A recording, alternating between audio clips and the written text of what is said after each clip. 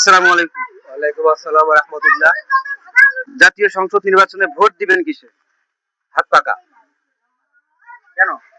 হাত পাকা আমার কাছে ভালো লাগে। দুই আসনে আপনাদের হাত পাকার মনোনীত প্রার্থীকে। দুর্ভক্ত আলিয়া মাদ্রাসা। আচ্ছা, তো ওনার জনপ্রিয়তা কেমন চলছে এখন?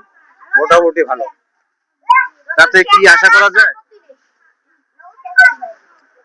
আসুন, এটা ভোটের ব্যাপার তো, মানুষের মন তো আর সব একরকম নয়, তবুও আমার মনে হয় উনি খুব ভালো পজিশনে আছে। তো যাই হোক, আপনি যেহেতু সরাসরি বলছেন হাত পাকায় ভোট দিবেন,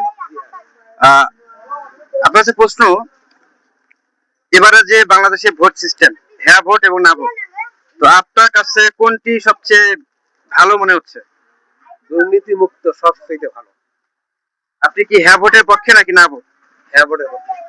হ্যাঁ ভোটের পক্ষে। কেন? হ্যাঁ ভোটটা যে দুর্নীতি মুক্ত, গরিব মানুষ একটু ভালো থাকবে, দ্রব্যমূল্য সব ভালো থাকবে, এটাই আমাদের প্রত্যাশা। আর কি কি?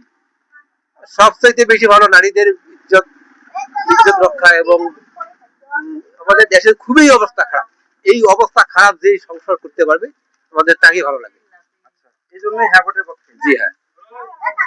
নতুন বাংলাদেশের কাছ থেকে আপনার চাওয়া পাওয়া কি? যে আসুক সরকার বা যে আসুক আপনাদের এলাকায় সংসদ সদস্য, তার কাছ থেকে চাওয়া পাওয়া ভালো, তার কাছ থেকে সবচেয়ে ভালো চাওয়া পাওয়া।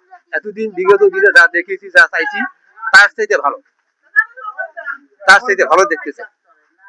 বাংলাদেশকে একটি ভালো পজিশনে দেখতে চাই। আপনার কুড়িগ্রাম জেলা নিয়ে কিছু বলেন। আমাদের কুড়িগ্রাম তো গঙ্গা পীড়িত এলাকা, সবচাইতে গরিব বেশি আমাদের কুড়িগ্রাম। এই কুড়িগ্রামের ভিতরে যারা আসছে তারা কখনোই আমাদের ভালো দেখেনি, আমাদেরকে ভালো বোঝাতে দেখেনি। আমরা আমাদের কুড়িগ্রামে যে ভালো একটা উন্নয়নশীল কাজ করবে, গরিব মানুষের উপকার করবে, সেই তাকেই দরকার আমাদের।